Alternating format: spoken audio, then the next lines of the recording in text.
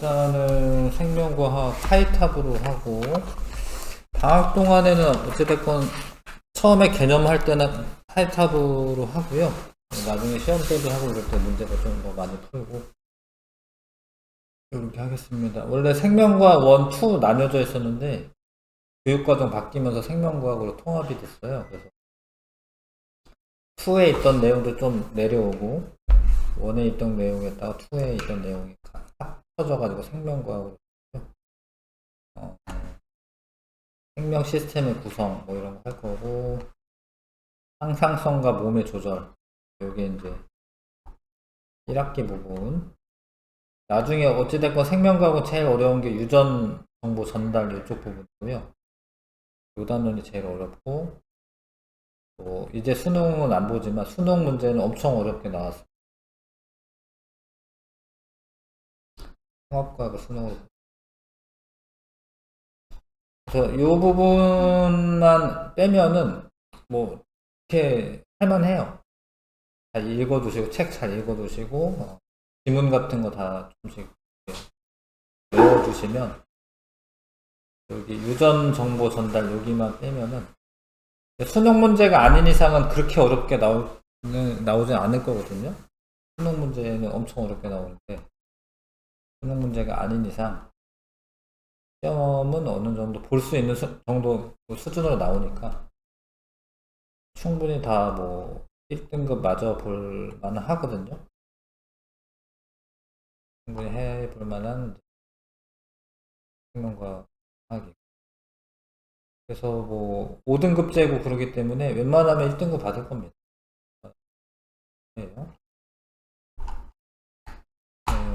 생물과 생명과학의 특성. 일단 처음에 생물이 그 무생물이나 비생물하고 이제 차이점이 무엇이냐 이런 걸 일단은 알려주는 건데, 핵심 내용 미리 보기 보면은 생물은 이제 기본적으로 세포로 이루어져 있어야지 생물이라고 해요. 세포로 이루어져 있지 않으면 생물이라고 하진 않습니다. 바이러스 이런 거는 사실 세포가 아니에요. 바이러스는 세포가 아닙니다. 세포보다 훨씬 작아요. 훨씬 작고, 뭐 유전 물질은 있지만 자기 스스로 물질 대사 이런 거 못해요. 그래서 바이러스를 생물이라고 하기가 좀 그러니까 생물과 비생물의 중간 정도 되는, 딱 생물, 얘는 생물이다 이렇게 말할 수는 없습니다. 세포로 이루어져 있지 않기 때문에도 그렇고요. 그 다음에 물질 대사라고 하는 걸 해요. 물질 대사는 이제 물질을 만들고 분해하고 이런 일을 한다 이런 소리야. 우리가 뭐 밥 먹으면 소화시키면서 뭐 녹말을 포도당으로 분해하기도 하고, 그 다음에 그 밥만 먹어도 살찌죠. 근데 그거는 이제 녹말이 포도당으로 분해됐다가 흡수된 다음에 나중에 다시 그걸로 이제 단백질이나 이런 걸로 또 만들 수도 있어요. 물질 대사를 통해서. 그래서 세포로 이루어져 있으면 물질 대사를 하고, 자극에 대한 반응이 있다. 뭐 찌르면 아프니까 움츠리기도 하고, 근데 요즘엔 또 춥잖아요. 추우면은 이제 뭐 체온 조절을 위해서 몸이 그 어떤 또 다른 이제 물질 대사를 또 합니다. 그거에 대한 반응이 있습니다. 그런 거는 항상성을 유지하기 위해서 반응을 합니다. 체온 유지를 한다던가, 뭐 체액의 농도 조절을 한다던가, 뭐 이런 것들은 항상성이라고 하고, 그 다음에 발생과 성장을 한다. 예전에는 생장이었는데 성장으로 바뀌었구나. 용어가 약간 바뀌었네요. 이제 발생과 성장을 한다. 뭐 이게 자라나는 거고요. 생식은 자손을 남기는 거고, 그 다음에 이제 유전은 내 유전 인자를 전달해 주는 거고요. 그렇게 오랜 세월이 지나다 보면 환경에 대한 적응을 하면서 진화를 한다. 이게 엄청 중요하네, 이 문장이. 이게 생물의 특징입니다. 생물의 특징. 세포로 이루어져 있고 물질 대사하고 자극에 대한 반응을 하며 항상성을 유지하고 발생과 성장을 하고 생식과 유전 그리고 진화를 한다. 이게 이제 엄청 중요한 문장입니다. 그래서 대장균은 세균인데, 세균은 세포로 이루어져 있는 겁니다. 이건 세균인데 이거는 세포야, 세포. 단세포. 네, 생물이죠. 이건 생물입니다. 대장균은 생물이고, 코끼리 이런 건 엄청 크죠. 요런 이제 다세포 생물도 생물에 속하고, 생물이 가진 공통적인 여러 특성을 종합하여 생물을 비생물과 구분하게 되는데, 일단 첫 번째 세포로 구성되어 있다. 지구에 살고 있는 모든 생물은 세포로 이루어져 있으며 세포에서 다양한 생명활동이 일어난다. 따라서 세포는 생물의 몸을 구성하는 구조적인 단위이며 이제 가장 기본을 단위라고 하는 거지. 생명활동이 일어나는 기능적인 단위이다. 자,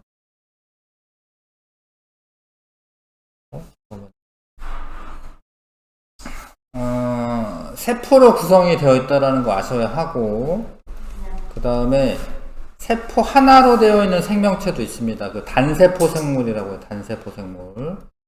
그 다음에 세포들이 모여서 조직이 되고, 조직이 모여서 기관이 되고, 기관이 모여서 개체가 되고, 이런 거는 이제 다세포 생물의 특징이고요.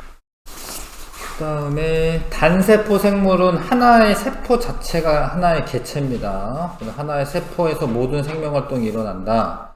집신벌레, 아메바, 대장균 이런 게 있고, 요즘에 내 유튜브에 이렇게 막 단세포 생물 찍어 놓은 동영상이 있던데, 집신벌레가 아주 무섭더라고요.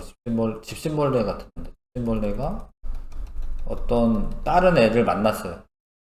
만나자마자 실을 싸가지고 엄청 빠르던데, 얘가 꼼짝 못하게 만들고 도망가더라고요. 그러니까 이 아무리 단세포 생물이어도 엄청 치열하게 막 만나면 싸우기도 하고 막 잡아먹기도 하고 막 이런 게 있는데, 순간적으로 뭐 누굴 만나자마자 확 실을 싸가지고 못 움직이게 만들더라고. 대단하던데. 하여튼 요런 애들은 단세포 생물이다. 근데 다세포 생물은 세포가 이제 여러 개로 모여 있는데, 세포가 모여서 조직을 이루고, 조직이 모여서 특정한 기능을 하는 기관이 되고, 기관이 모여서 하나의 개체가 됩니다. 그러니까 이게 이제 기본적으로는 구성 단계가 이렇게 되어 있죠. 근데 동물은 기관계가 있고, 그쵸? 식물은 조직계가 있고, 요거 차이는 있죠. 자, 그래서 생물이 세포로 이루어져 있다. 이런 것도 지금은 좀 당연하게 받아들이는 건데, 예전에는 잘 몰랐어요, 이제. 이렇게 눈으로 봐도 뭐 세포가 보이는 건 아니니까. 현미경이 발달하고, 슈럴라이덴이랑 슈반 이런 사람들이 세포로 되어 있다고 이제 주장을 하게 되고, 이제 19세기 초네요. 1800년대 정도 되겠다. 그렇게 하다가 이제 현미경이 발달하다 보니까 이제 이게 하나하나 볼 수가 있잖아요. 그래서 이제 처음에 이제 모든 생물은 세포로 구성되어 있으며, 식물과 동물은 모두 하나 이상의 세포로 이루어져 있으며, 구조적 기능적 기본 단위이다. 뭐 이거 맞는 얘기인데, 옛날에는 이제 세포설이라고 해서 확정적이지 않은 거였죠. 세포는 생명체의 가장 작은 단위로 독립적으로 생명활동을 유지할 수 있다. 생명현상을 유지할 수 있다. 모든 세포는 기존 세포에서 유래된다. 새로운 세포는 기존 세포 분열을 통해 생겨난다. 그런 거를 이제 주장을 하는 겁니다. 뭐 이게 맞는 얘기죠. 자, 그 다음에 이제 두 번째 특징은 물질 대사를 한다라는 거고요. 물질 대사. 물질 대사를 하는데, 물질 대사는 생물의 몸 안에서 일어나는 모든 화학 반응을 물질 대사라고 한다. 물질을 만들고 분해하는 걸 말하는 겁니다. 물질을 합성하거나 분해하는 것을 물질 대사라고 한다. 물질 대사가 일어날 때 물질의 전환과 함께 에너지 출입도 같이 일어난다. 그래서 에너지가 들어가는 경우가 있고 나오는 경우가 있는데, 여기 보면 이제 작고 간단한 물질을 크고 복잡한 물질로 만들 때는 화학 결합을 해야 됩니다. 이 입자들을 결합을 해야 돼, 원자들을. 결합을 할 때 에너지가 필요해요. 그래서 이런 어떤 합성 이렇게 말하는 거를 좀 동화작용이라는 용어를 써요. 동화작용은 작은 물질을 큰 물질로 만드는 거고, 뭐뭐뭐 합성 이렇게 되어 있으면은 동화작용이에요. 뭐 광합성 뭐 이런 거 있잖아. 단백질 합성 뭐 이러면은 동화작용이야, 동화작용. 근데 그때 에너지를 흡수를 해요. 에너지 흡수해서 화학 결합이 만들어져요. 화학 결합이. 화학 결합이 만들어지고 우리가 크고 복잡한 걸 분해를 합니다. 분해. 뭐 세포 호흡 이런 것도 분해긴 한데 아무튼 분해를 할 때는 결합이 끊어져야 돼. 이렇게 결합이 끊어져야 되는데 그때 저장되어 있던 에너지가 나와요. 그래서 이때는 에너지가 방출이 되는 거고 이렇게 뭐뭐뭐 분해 아니면 뭐 세포 호흡 뭐 이런 거는 이화작용이라고 합니다. 그런 용어를 써요. 동화작용은 간단한 거에서 크고 복잡한 거 만들고 에너지 흡수한다. 그래서 흡열 반응 뭐 이렇게도 얘기하지. 흡열 반응이 일어나는 거고 그 다음에 복잡하고 그런 애를 분해해가지고 우리가 에너지를 얻을 때 주로 이런 거 하는데 분해를 할 때는 이화작용이라고 하고 에너지가 방출되고 발열 과정이다. 발열 반응한다. 이렇게 이야기하지. 그래서 물질 대사는 이제 동화작용이 있고 이화작용이 있습니다. 동화작용은 뭐뭐뭐 합성하는 거, 이화작용은 분해하는 걸 말하고, 광합성은 이산화탄소와 물 가지고 포도당이 더 복잡해요. 포도당은 탄소 6개, 수소 12개, 탄소 6개로 되어 있는데 얘네를 가지고 복잡한 애를 만드는 거예요. 그때 빛에너지 흡수를 하고요. 이때는 이제 포도당이나 산소를 가지고 마이토콘드리아에서 분해를 해요. 분해. 근데 얘네들로 분해하면서 포도당에 저장되어 있던 에너지가 나와요. 근데 그 에너지가 열 에너지로 일부 쓰이고 이건 이제 배울 건데 ATP라고 하는 거를 만드는 데도 쓰여져요. 우리가 체온 유지하는 데도 마이토콘드리아에서 세포흡을 통해서 나오는 에너지를 쓰고 그 다음에 ATP라고 하는 거를 만들어 놔요. 이건 중요한데 ATP라고 하는 거를 만들어 놨다가 내가 필요할 때 써요. 이거는 이제 나올 거야, 이제 저쪽에. 네. 그때, 그렇죠. 당연히. 그렇습니다. 세포가 살아가려면 에너지가 필요한데, 이 에너지는 세포 호흡을 통해서 얻는 거지. 이해하시죠? 우리 살아가려면 이제 밥을 계속 먹어야 되잖아. 세포들이 계속 에너지를 쓰고 있는 겁니다. 밥 계속 먹고 계속 호흡해야 되고. 근데 호흡을 한 2분 안 하고 이러면은 이제 뇌세포가 먼저 죽어요. 뇌세포는 이제 에너지도 많이 필요하기 때문에 산소가 없으면 호흡을 못 하니까 에너지가 없으니까 뇌세포가 죽는 거예요. 그러면 이제 뇌사 상태 빠지고. 다른 애들은 그래도 좀 버티는데 뇌세포가 먼저 죽습니다. 그래서 숨을 자꾸 쉬고 있어야 되고. 자극에 대한 이제 요거는 이제 물질 대사가 두 번째 생물의 특징이 되는 거고요. 물질 대사를 에너지 대사라고도 이야기한다. 에너지 대사는 화학 반응이 일어날 때 에너지 출입이 함께 일어나기 때문에 물질 대사를 에너지 대사라고도 한다. 물질 대사가 물질 변화 측면의 용어라면 에너지 대사는 에너지가 들어가냐 나가냐 이런 걸로 이제 설명하는 겁니다. 동화작용은 흡열 반응이고, 아까 여기다 잠깐 적었죠? 이화작용은 발열 반응이다. 동화작용은 에너지가 높아지는 반응이고, 이화작용은 에너지가 작아지는 반응이다. 이거는 이제 한꺼번에 나타냈는데, 보통은 이렇지. 이렇게 반응이 진행될 때, 에너지가 작은 애가 큰 애가 이렇게 되면 그렇죠. 화학 시간에 이런 거 배우자. 그렇죠? 네, 물질대사 자체가 화학적 용어긴 해. 그래서 요게 이렇게 에너지가 이렇게 높아지면은 뭐지? 에너지 뭐 한 거지? 흡열 반응이죠. 흡열 반응. 흡열 반응일 때는 동화작용이 일어나는 거예요. 동화작용. 근데 에너지가 이렇게 높았다가 요건 이제 반응물이고 생성물인 거예요.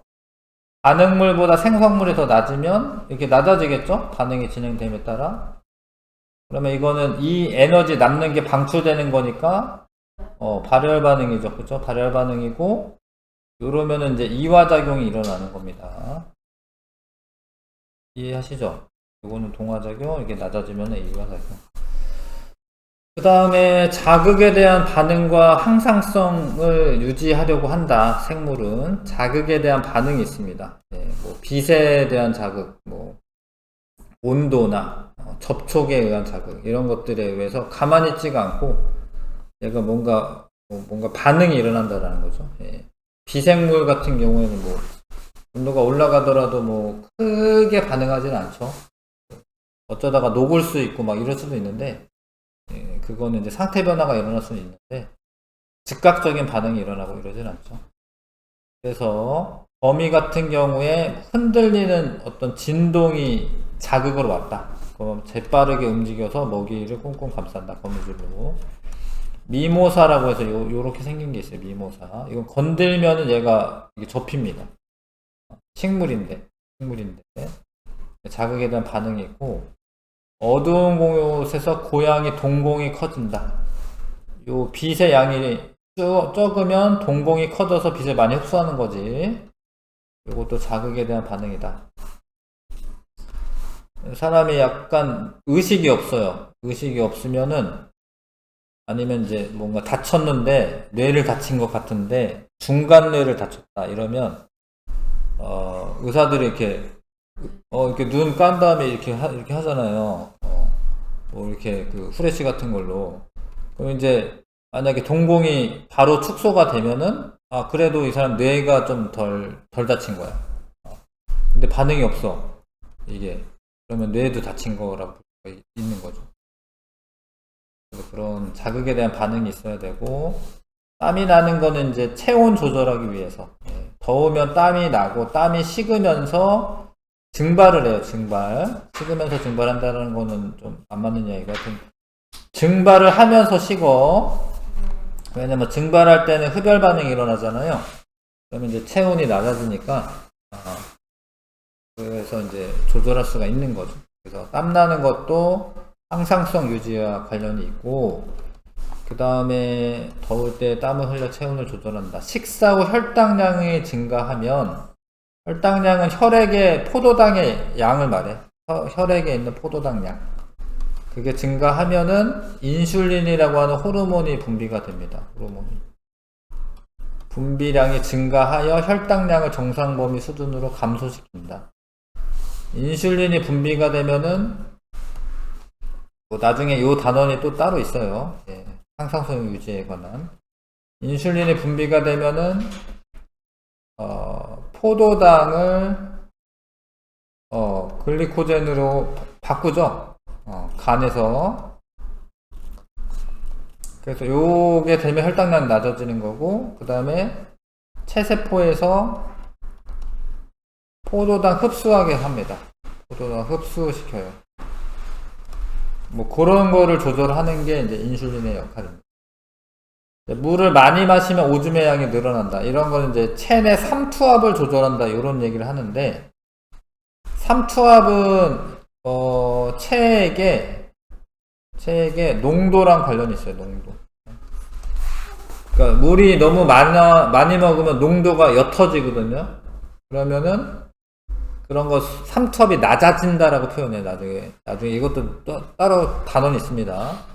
삼투압이 낮아지면은 이게 뭐 이렇게 물질 대사도 잘 안 되고, 뭐 물질의 이동도 잘 안 되거든요. 그래서 소변을 많이 보게 되죠. 그래야지 이제 그 체액의 농도가 다시 정상 수준으로 돌아가게 됩니다. 그래서 그런 것들에 대한 반응을 한다. 그게 생물의 특징입니다. 자극에 대한 반응을 한다. 항상성을 유지하려고 한다. 그 다음에 이제 발생과 성장. 발생은 원래 처음에 수정란이 되면 세포가 하나밖에 없어요. 근데 성숙한 개구리는 뭐 눈세포도 있고 피부세포도 있고 뭐 뼈세포도 있고 막 세포가 여러 종류의 세포로 되어 있고, 세포가 요 수정란에서부터 이렇게 세포 분열을 하면서 성숙한 개구리까지 되는 이 과정 전체를 발생이라고 해요, 발생. 여기까지 되는 거 발생이라고 하고, 얘가 몸집이 또 커질 수 있잖아요? 그런 거는 성장이라고 얘기하는 거예요. 개구리, 사람과 같이 다세포 생물은 하나의 수정란이 세포 분열을 하여 세포 수가 늘어나고 세포의 종류와 기능도 다양해진다. 한 종류의 세포만 있었는데 나중에는 뭐 여러 가지 세포들이 생기는 거거든요. 그 다음에 조직과 기관을 형성하여서 하나의 개체로 되는데 이 과정을 발생이라고 한다. 발생이라고 합니다. 근데 성장은 아니 이제 얘도 성숙한 개구리라고 하긴 했지만 개구리도 보면 이제 여기 약간 꼬리가 남아있는 거긴 하고 여기까지 해구나 미안해. 아니 내가 꼬리가 남아있는 걸로 쳐가야겠다. 여기까지가 발생. 여기까지가 발생. 그다음 여기서 이렇게 되는 게 성장.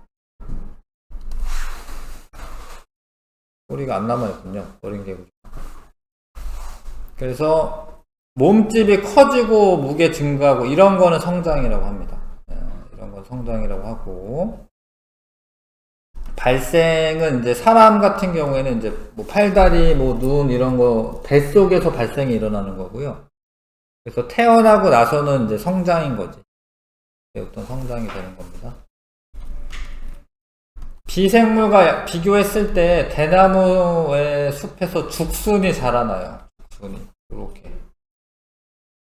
근데 석순이라고 하거든. 이거를 석순도 자라나요. 그럼 얘도 생장하는 거고 얘도 성장하는 거 아니냐. 근데 이거는 세포 수가 늘어나는 거고 요거는 이제 물질의 양이 많아지는 거고. 그래서 이렇게 자라난다라고 해서 얘를 생물이라고 하지는 않지. 얘는 비생물이에요. 비생물의 성장은 외부에서 탄산 칼슘이 첨가되면서 물질의 양이 늘어나는 거고, 생물은 세포 분열에 의해서 세포 수가 증가하여 나타나는 거고. 그런 차이가 있죠? 얘는 세포가 늘어나는 거고 얘는 그냥 물질이 더 많이 쌓이는 거고. 네.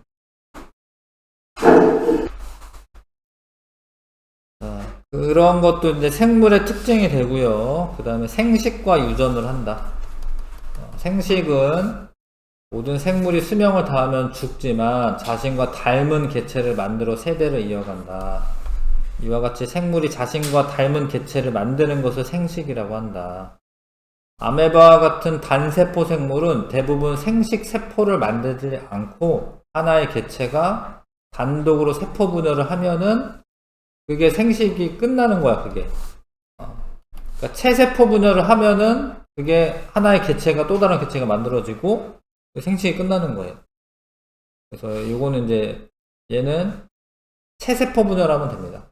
단세포 생물은 체세포 분열이 이게 생식세포 분열이 아니에요. 체세포 분열이 곧 생식입니다.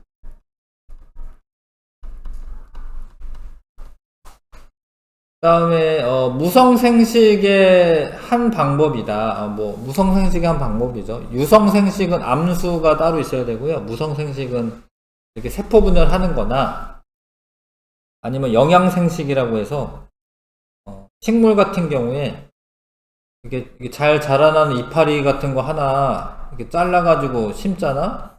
이파리에서 뿌리가 나요. 그러면 기르면 돼, 또. 이런 꺾꽂이 뭐 이렇게 얘기하는데,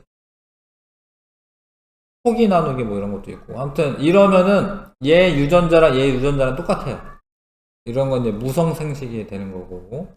바나나나 이런 것도 바나나 씨 없잖아요. 바나나 씨 없죠.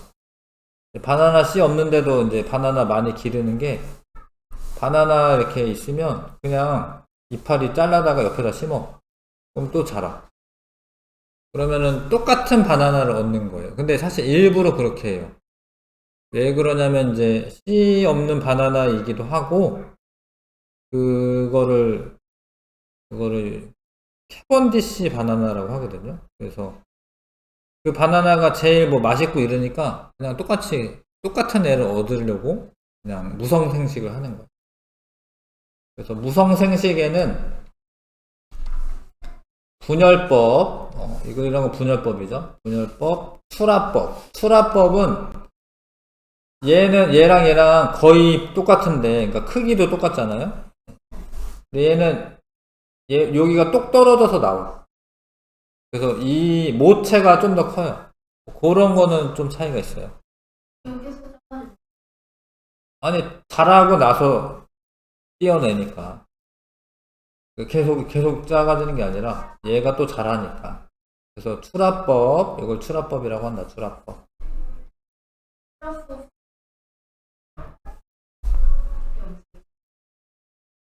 아니, 여기도 핵분열하고 있으니까.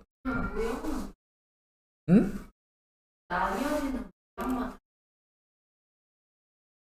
모체가 더 커요. 가손이 더 작아요. 그런 차이가 있죠. 근데 어찌됐건 얘가 암수 세포가 모여가지고 얘를 만든 게 아니고 얘가 얘를 그냥 혼자 만든 거죠. 그러면 그런 경우에는 무성생식이 되고, 포자로 번식하는 경우도 이런 거는 이제 뭐 고사리라던가 버섯이라던가 이런 거 포자로 번식하는데 자기 혼자 만든 거야. 종자랑 달라가서 자기가 포자를 만들어서 퍼뜨리는 거예요. 그래서 이건 종자가 아니라 포자입니다. 포자로 번식했을 때는 무성생식이다. 그 다음에 영양생식은 영양기관이라고 말해요. 영양기관. 잎이나 뿌리나 뭐 줄기 이런 거 영양기관이라고 말해요. 그거를 이용해서 생식할 때는 영양생식이라고 한다. 식물 같은 경우에. 유성생식은 암수 생식세포가 결합하여 새로운 개체가 만들어지므로 유전적으로 다양한 자손이 만들어진다. 요거는 이제 유성생식이죠. 근데 얘랑은 똑같지만 코알라가 물론 내가 봤을 때 똑같이 생겼는데 닮은 거예요. 닮은 거. 똑같은 건 아니에요. 왜냐면 이 코알라 엄마 아빠 유전자를 절반씩 받으니까 엄마랑 비슷한 거고 아빠랑도 비슷한 거고 엄마랑 똑같은 건 아니다. 그 다음에 적응과 진화. 적응은 서식하는 환경 조건에 따라 다양한 특성이 나타나는데 생물이 자신이 살아가는 환경과 상호작용하면서 서식 환경에 맞게 몸의 형태나 기능, 생활 습성 등 이런 거를 변하는 거를 적응이라고 한다. 환경에 적응을 하는 거죠. 환경에. 진화는 이런 과정이 오랜 세월 동안에 걸쳐서 환경 변화에 적응하여 유전자 구성이 변화하면 유전 형질이 달라져 새로운 종이 되는데 이러한 현상을 진화라고 한다. 진화의 결과 오늘날 같이 다양한 종류의 생물이 나타나게 되었다. 뭐 물이 없는 사막에선 이파리가 너무 크면은 다 증발해서 날아가니까 잎이 가시로 변한 상태로 진화를 한 거고, 그다음에 이거는 이제 나뭇잎 아닌 것 같은데 내가 봤을 때 이거 이 사막이죠, 그쵸? 이거는 진짜 신기한데 사실 이거는 이제 뭐 글씨가 안 써져있네. 어디 가랑잎벌레구나. 가랑잎벌레. 근데 이게 사실 내가 이게 약간 믿기지가 않긴 하거든요. 근데 이렇게 진화가 되려면 이래야 되거든요. 그러니까 이의 조상은 그냥 사막이었는데 어쩌다가 이런 애가 태어난 거야. 근데 그 애가 안 잡아먹히고 계속 자손을 낳은 거야. 그래서 이 모양이 된 거예요. 그렇게 설명하거든요. 다인의 진화론 이런 데에서는. 근데 아무리 그래도 그쵸? 이렇게까지 될까? 갑자기 이런 애가 태어날까? 아무리 그래도. 그러니까 맨 처음에는 나뭇잎 비스무리에 했다가 좀 더 나뭇잎이랑 비슷하고 더 비슷하고 지금 거의 완벽하게 비슷하게 됐다. 뭐 이렇게 설명할 수는 있는데 아무리 그래도 이렇게 똑같이 될까요, 이게? 그래서 약간 의심이 갑니다. 이런 면에서는. 이런 거는 이해가 가기는 가. 아무튼, 북극여우는 귀가 큰 애가 있고 짧은 애가 있으면 얘가 유리해요. 왜냐면 동상 이런 것도 잘 안 걸리고. 얘는 이제 뭐, 열이 발산 잘 되고. 근데 얘는 아무리 그래도 아닌 것 같고요. 그런 생각이 들긴 합니다. 그 다음에 요거는 이제 그 다윈이 이제 갈라파고스 군도에서 핀치새라고 하는 애들을 관찰했을 때, 열매가 많이 있는 환경에서는 얘가 부리가 이렇게 두꺼워요, 이렇게. 그래서 얘를 이제 열매를 쪼아가지고 뭐 이렇게 과육을 먹기 적당합니다. 근데 나비나 이런 곤충이 많은 데는 이제 좀 뾰족해요. 선인장이 많으면은 얘도 약간은 뾰족해야 되는데, 뾰족합니다. 선인장 이렇게 가시나 이런 거 피해야 되니까. 좀 두껍기도 두껍네. 하여튼 이렇고, 씨앗을 먹는 애는 훨씬 더 두껍네요, 씨앗. 열매보다 두껍구나. 왜냐면 그 씨앗을 이렇게 딱딱한 씨앗을 쪼갠 다음에 먹어야 되잖아, 그쵸? 그 핀치새는 사실 이제 참새 같은 거여서 막 갈라파고스 제도 군도라고 하는데 이걸 막 돌아다니는 애가 아니에요. 요 동네만 사는 애야, 요 동네만. 그러니까 그 먹이 환경에 영향을 특히 받을 수밖에 없죠. 막 날개가 크고 이래가지고 막 날아다니면서 여기도 먹고 저기도 먹고 이런 게 아니기 때문에 고기에서 자라나는 이제 먹이들의 영향을 받게 될 수밖에 없죠. 자, 이런 거를 이제 적응과 진화라고 한다. 적응은 생물이 서식 환경에 적합하도록 몸의 형태, 기능과 같이 유전적 특성이 변화한 것이고, 그 다음에 진화는 여러 세대를 걸치면서 유전자 빈도가 달라진 것으로 유전 형질의 변화와 종의 분화까지도 포함한다. 종의 분화까지도 포함하는 것은 진화. 진화는 오랜 세월을 거쳐서 여러 세대를 걸쳐서 일어나는 거고, 예. 적응은 이거보다는 조금 더 좀 낮은 단계 하죠. 살충제를 뿌리면 이제 박테리아 이런 게 죽을 수 있는데, 살충제는 이제 모기구나, 그럴 수 있고, 항생제를 먹으면은 항생제는 이제 세균 죽이는 거죠. 박테리아는 세균이에요. 바이러스랑은 달라. 박테리아는 세균입니다. 그래서 죽일 수 있는데 어쩌다가 뭐 돌연변이가 태어났는데 걔가 항생제에 강해. 그런 애는 항생제를 뿌려도 안 죽는 거예요. 그러면 이제 슈퍼박테리아로 진화를 한 거죠. 다음에 이것도 중요한데 여기 생물의 특성을 이제 지금까지 배웠잖아요. 총 6가지 배웠네요. 6가지. 6가지를 크게 이렇게 2가지로 구분할 수가 있습니다. 개체 유지를 위한 특성. 그러니까 자기가 살아가기 위한 특성. 세포로 구성되어 있다. 물질 대사를 한다. 자극에 대한 반응과 항상성. 발생과 성장을 한다. 이거는 개체 유지를 위한 특성. 자기 자신이 살아가는 데 필요한 특성이라고 보시면 되고, 종족 유지를 위한 특성은 생식과 유전. 사실 생식을 안 해도 나는 살 수 있어요. 그쵸? 근데 이제 종족 유지를 위해서 생식을 하는 거지. 자손을 낳는 거지. 요즘은 이제 우리나라는 너무 살기 힘드니까 아직 생식을 잘 안 하는 거죠. 0.7명밖에 이제 합계 출산율이 0.7명밖에 안 되잖아요. 남녀가 만나가지고 원래 유지가 되려면 2명 낳아야 돼. 2명이 아니다. 2명보다는 적게 낳아도 된다. 1.5명인가? 왜냐면 이제 우리가 오래 사니까 손자까지 보고 그렇게 살잖아요. 그러니까 한 1.5명인가는 있어야지 유지가 돼. 우리나라 이 사회 인구가. 근데 0.7명밖에 안 나는 거지. 그러니까 이제 줄어드는 거죠. 생식을 안 하는 거죠.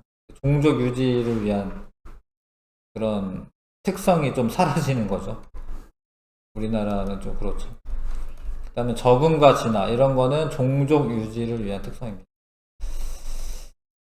근데 자손들 안 낳는 거는 어떻게 보면 좀 적응하는 거일 수도 있습니다. 근데 나는 괜찮은 것 같아. 근데 인구는 좀 줄어드는 게 좀 맞다고 생각합니다. 사실은. 물론 나라에서 보면은 이제 인구가 많아야지 국력도 세고 뭐 세금도 많이 거둘 수 있고 뭐 이런 것도 있는데 유지가 되는 건데 조금 더 많이 낳긴 해야지. 사실은 0.7명은 너무 작고 더 낳긴 해야 되죠. 자, 이것 좀 써볼게요. 생물은 생명 유지하기 위해 물질을 합성하거나 분해하는 그걸 뭐라고 하죠? 물질대사를 한다. 그러니까 생물의 특성에 대한 설명 옳은 것, 옳지 않은 거. 어머니가 정록생명이면 아들도 정록생명이다. 이런 것은 유전이랑 관련이 있죠? 동그라미 하시면 되겠네요. 생물 집단이 오랜 시간 환경에 적응해 가면서 새로운 종으로 되는 것을 발생이라고 한다. 이거는 뭐 진화지, 진화. 발생이 아니라 진화입니다. 새로운 종으로 되는 거는 진화고, 발생은 수정란이 세포 분열을 해서 분화와 그 세포 분열하면서 분화되면서 하나의 개체로 되는 것을 그거를 발생이라고 하는 거죠. 요거는 적응과 진화에 해당합니다. 그래서 바이러스 내용 나오는데 개념 기본에 좀 보겠습니다. 개념 기본에 1번하고 6번까지만 좀 풀어보겠습니다. 22쪽이네요.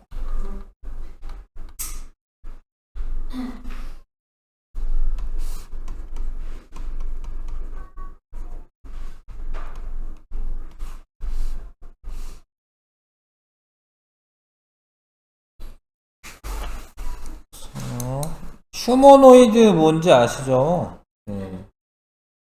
사람처럼 생긴 로봇. 로봇이 유전 물질이 있다. 휴머노이드는 없고 사람에게만 나타난 특성이고. 기억, 니은, 미음 맞죠? 에너지를 이용해 움직인다 이런 거는 휴머노이드도 그렇게 하는 거죠. 여러 가지 원소로 구성되어 있다 이것도 맞는 거죠. 네, 그러니까 휴머노이드 있는 거죠. 기억, 니은, 미음이 맞고요. 그 다음에 개구리의 수정란이 올챙이 어린 개구리를 거쳐 성체 개구리로 된다. 이런 거는 발생인 거죠. 발생과 성장. 비에너지 흡수하여 광합성 말하는 거네요. 포도당을 합성한다. 이런 거는 물질대사 중에서 이제 동화작용 이렇게 해당하는 거죠. 다락잎벌레는 몸의 형태가 주변과 비슷하여 포식자 눈에 잘 띄지 않는다. 이거는 리을이죠, 리을. 진화 결과 이렇게 된 거죠. 코알라는 어버이의 유전 형질을 받아 어버이 코알라 닮았다. 생식과 유전이죠, 그죠? 그 다음에 땀을 흘린다. 항상성 유지, 비읍. 이거는 자극에 대한 반응이네, 6번은, 그죠? 시옷이네요, 시옷. 그 다음에 이건 세포로 이루어져 있다. 라는 관련 있죠? 그래서 지금 그 다음에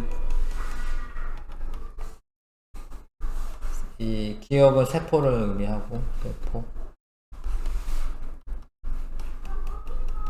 생물의 특성에 대한 설명을 옳은 것만을 보기서 있는 걸 골라라.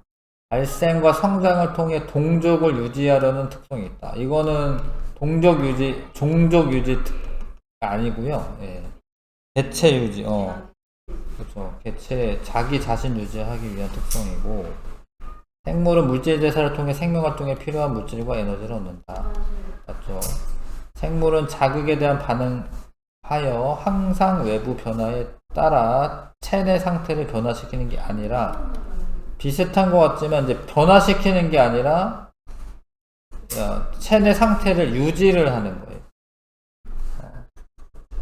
자기 상태를 변화시키는 게 아니라 이제 유지합니다. 유지. 항상성이라고 하는 항상성. 원래 상태를 유지하려고 한다.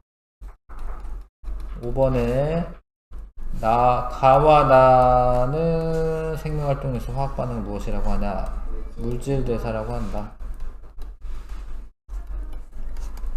그 다음에 체내 상태를 일정하게 유지하려는 성질을 항상성이라고 한다. 잠깐 쉬었다 갈게요. 다시 좀 앞에 보고요. 다음에 이제 바이러스. 바이러스는 세포로 되어 있진 않습니다. 그래서 얘는 이제 비생물적 특성도 있고 생물적 특성도 있어요. 유전물질이 있다, 이거는 이제 생물적 특성이 있다라는 건데, 그렇다라고 생물이라고 하진 않습니다. 그래서 처음에 이제 바이러스를 발견한 사람이 러시아의 이바노프스키라는 사람이네. 아무튼 담배에 모자이크병을 일으키는 그런 게 있었는데, 이 담배 모자이크병에 걸린 담뱃잎을 곱게 갈아요. 세균 여과기는 못 통과하는 그런 거야. 이거 세균을 걸러주는 거야. 세균은 이 여과기를 통과를 못해요. 크기가 커서. 그래서 세균 여과기로 걸러. 그 다음에 이 여과액을 다시 건강한 담배 잎에 발랐어요. 그랬더니 나중에 얘가 담배 모자이크병에 걸렸어. 그러면 이게 무슨 얘기냐면, 담배 모자이크병을 일으키는 그런 병원체가 세균은 아니라는 거예요. 왜냐면 세균은 못 통과하거든요, 얘가. 그러니까 세균보다 훨씬 작은 애가 있다라는 거예요. 세균보다 작은 애. 그래서 요게 세균이나 그런 거고, 얘가 세포야. 얘가 세포. 이거 대장균이네. 근데 이게 바이러스예요. 이게 바이러스. 요 조그만 애들 있죠? 요게 박테리오파지라고 하는 바이러스예요. 얘가 바이러스의 일종이에요. 박테리오파지라고 하는 바이러스예요. 이게 자세히 보면은 뭐 로봇처럼 생겼어요. 이게 요렇게 표현했는데 요거 비슷해. 얘가 이렇게 돼가지고 요렇게 생겨가지고 이렇게 생겼거든요. 로봇 같아. 작은 로봇일 수도 있어. 내 생각에 그냥 외계에서 이렇게 보낸 작은 로봇일 수도 있어. 얘가 로봇으로 생겼어. 그래서 세포보다 훨씬 작습니다. 세포보다. 바이러스는 크기가 세균보다 작아 세균 여과기를 통과합니다. 또한 단백질 껍질이 핵산인 DNA 또는 RNA를 감싸고 있다. 단백질이 있긴 한데, 원래 이제 세포 같은 경우에는 단백질로 된 효소 같은 게 있어요. 그러니까 물질 대사를 할 수 있는 효소들이 있습니다. 단백질로 된. 근데 얘는 그런 세포 소기관은 없고 유전 물질만 있고, 이건 유전 물질이죠. 핵산은 이 DNA, RNA는 유전 물질이죠.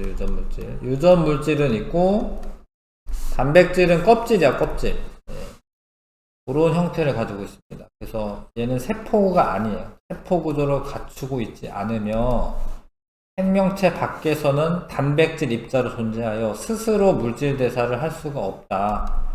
그리고 증식할 수도 없다. 이런 거는 비생물적인 특성이라고 보시면 되겠고, 근데 생물적 특성은 유전 물질을 가지고 있다라는 거예요. 그래서 바이러스를 숙주 세포 안에, 그러니까 요 세포 안에 주입을 하면, 그러면 얘 유전자가 들어오는 겁니다. 이렇게. 그러면은 이 대장균 안에 있는 효소들이 이 바이러스 유전자를 가지고 물질 대사를 해서 이 바이러스가 필요한 물질들을 만들어요. 대장균이 DNA로, 자기 DNA로 물질 대사를 해야 되는데, 바이러스 DNA로 물질 대사를 하는 거야. 그래서 바이러스에 있는 그 ATGC 그걸 이용해서 바이러스가 필요한 물질을 만드는 거예요. 그래서 그거를 조합을 해가지고 얘를 파괴를 하고 나오는 거야. 엄청 무섭지? 그래서 이게 나오고 있는 모습이네. 이 세균 하나한테서 이렇게 많이 나오네, 애들이. 네. 엄청 무섭죠. 숙주 세포 안에 있는 효소를 이용해서 숙주 세포 안에 유전 물질을 복제하여 증식한다. 이 과정에서 돌연변이가 일어나 적응과 진화가 일어난다. 이와 같이 바이러스는 살아있는 숙주 세포에 기생할 때만 물질대사, 증식, 유전, 돌연변이 등 적응과 진화 이런 생명현상이 나타난다. 이거는 이제 생물적인 특성이다 할 수가 있겠습니다.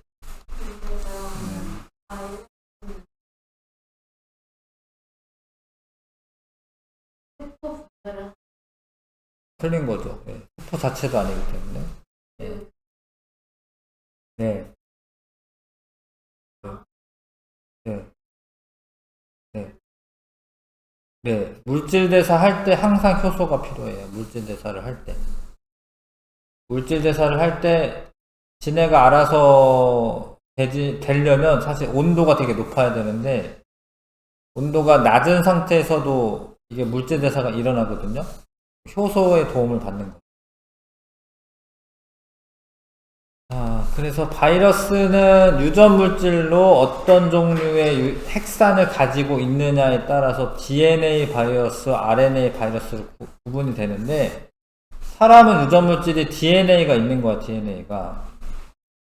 근데 그거를 RNA로 전사한 다음에 RNA 가지고 세포 바깥으로 나와서 요거를 번역을 하면은 단백질이 만들어지는 거예요. 이런 거 1학년 때도 원래 배우는 건데 기억나는 거. 기억나시죠? 1학기 때. 근데 유전 물질을 DNA로 가지고 있을 수도 있고 그냥 단일 가닥의 RNA로 가지고 있을 수도 있는 거예요. 그래서 RNA로 되어 있는 바이러스가 있고 DNA로 되어 있는 바이러스가 있는데 박테리오 파지는 DNA 바이러스인데 RNA 바이러스가 더 돌연변이가 많이 생겨요. RNA 바이러스가. 왜냐면 이제 RNA는 이제 반대편에 유전 물질이 없으니까 얘가 변형이 일어나면 뭐 고칠 수가 없어요. 그냥 그대로 그냥 변형이 일어난 거야. 그래서 뭐 코로나 바이러스 이런 것도 변형돼 가지고 뭐 새로운 바이러스도 막 생기고 이래요. 박테리오 파지는 DNA 바이러스여서 DNA는 한쪽 가닥이 뭔가 망가져도 반대편에 있는 걸로 주형으로 다시 복구할 수 있어요. DNA 바이러스가 좀 더 돌연변이가 덜 생깁니다. 그렇게 분류할 수가 있고 숙주의 종류에 따라 동물 바이러스, 식물 바이러스, 세균 바이러스를 구분한다. 바이러스는 숙주 세포에 침입하여 증식하는 과정에서 질병을 유발하기도 한다. 감기, 독감, 간염, 수천성 면역 결핍증, 홍역 등 바이러스가 일으키는 질병입니다. 감기 바이러스 있고 독감 바이러스 있고 간염 바이러스 있고 에이즈 바이러스 있고 이게 에이즈죠. 에이즈 홍역 바이러스가 있고 이런 거는 바이러스에 의한 질병이다. 그래서 중요 개념 체크. 바이러스 스스로 물질 대사할 수 있다. 없다. 물질 대사할 수 없다. 바이러스의 특성에 대한 설명. 세포 구조를 가지고 있지 않다. 맞죠? 네, 살아있는 숙주 세포 안에서 증식할 수 있지만 돌연변이는 일어나지 않는다. 일어날 수 있죠. 네, 그렇습니다.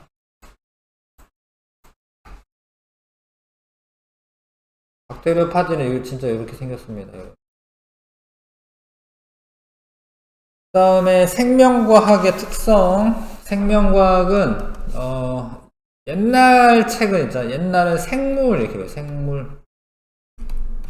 옛날에 이제 생명과학이라고 안 하고 생물과 이렇게 그 생물과. 네. 요즘은 생명과학과거든요. 근데 이제 생물과 이렇게 말하는데 생물만 공부하는 게 아니라 20세기 이전까지는 생물의 생김새나 생명 현상을 있는 그대로 관찰하고 설명하는 수준이었다. 근데 20세기 후반 이후 분자 수준에 의한 생명 현상에서부터 DNA는 분자거든요, 분자. DNA는 고분자예요. 엄청 커다란 분자. 분자 수준에서부터 생태계, 생태계를 탐구하는 사람들도 있거든요. 그 지구 전체 생명 현상에 이르기까지 연구 범위가 확장되었다. 그래서 지금은 생명과학이라고 하죠. 생명과학은 생명의 기원, 생물의 구조와 기능, 생물의 생식과 유전, 생물의 분류 및 분포, 생명 본질을 밝힐 뿐 아니라, 그것뿐만 아니라 인류가 당면한 질병, 환경오염, 식량 문제, 기후변화, 에너지 등과 같은 과제를 해결하고자 하는 종합학문이다. 생명과학의 범위가 넓어졌다라는 설명이고, 생명과학은 다양한 학문 분야랑 이렇게 코워크를 합니다. 같이 연구하고 막 이렇습니다. 예를 들어서 DNA 구조를 밝힐 때 왓슨과 크릭이 밝힌 거 맞는데 한 명은 물리학자예요. 한 명은 그런 물리학자예요. 이런 사람이. 특히 이제 거기에는 안 들어가는데 플랭클린이라고 하는 이제 여성 과학자일 거예요. 여성 과학자. 아마 대학원생으로 알고 있는데. 아무튼 그 사람이 DNA 이중나선 구조를 밝히는데 결정적인 기여를 합니다. 이게 물리학자거든요. 근데 이제 DNA가 이렇게 이중나선으로 되어 있다라는 거를 요 X선 회절 분석 이런 걸 해가지고 알아내. 그렇게 어떻게 할 수 있나 봐. 거기까지는 나도 모르겠어요. 결정 구조인데 이건 DNA 결정 구조인데 이게 이렇게 꼬여 있는 모양이 되나 봐요. 이게 꼬여 있는 모양이 되나 봐. 그래서 이거를 한 사람이 플랑크린인데 이 사람은 노벨상 안 줬어요. 약간 치사하게 이 사람도 줬어야지만. 훔쳤나? 모르겠어. 이 사람은 노벨상을 주진 않았어. 그래서 이런 거는 이제 물리랑 관련이 있거든요. 그래서 엄청 분야가 넓다. 생명과학은. 세포학이 있고 분류학은 식물을 분류를 하는 거예요. 식물이나 생물 이런 거 분류학. 생리학, 세포 조직 기관 및 세포 내 물질 수준에서 생명체의 기능과 조절 과정을 연구한다. 생태학은 생물 사이의 관계, 생물을 둘러싸고 있는 환경과 생물의 상호작용을 연구한다. 그다음에 유전학, 유전자의 다양성 연구하고 유전형질을 발현되는 원리를 연구한다.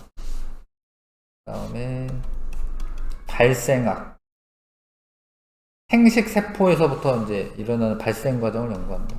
분자 생물학, DNA, RNA, 단백질 이런 거 분자 수준에서 연구한다. 신경 생물학, 신경 신호 처리 판단, 뇌의 작동 원리 이런 거를 연구한다. 진화 생물학, 생물의 다양성을 형성해 가는 과정인 진화 과정을 탐구한다. 생명공학, 공학적으로 응용하여 인류에게 유용한 것을 만드는 방법, 기술 등을 연구한다. 엄청 분야가 넓다.